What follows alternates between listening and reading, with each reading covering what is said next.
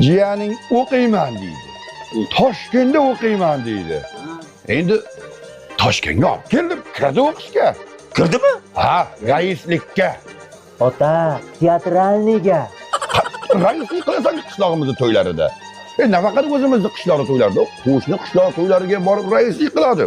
Ana shunday. Ha, o'rtakashlik bo'ladi.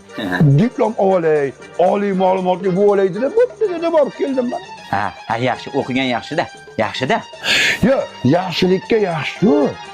Lekin bitta narsasiga hayronman, hech tushunmayman. Yaqinda televizorga bir kattakon xalq artisti chiqib, ilk suygan odam nima deydi degan? Nima deydi?